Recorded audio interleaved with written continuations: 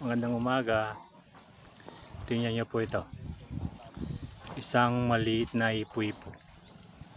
Hindi pala. Ano tawag yan, yung ipu-ipo sa tubig? Ayan po. Oh. Lakas niya makaikot to.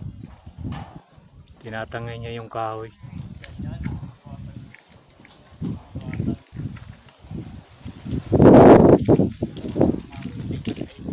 Lalim pa ng pinamimigitan namin.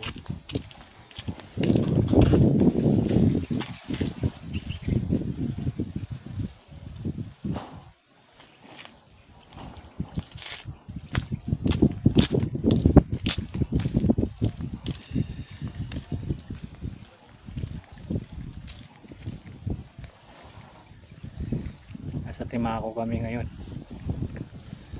Yung bundok ng Timako.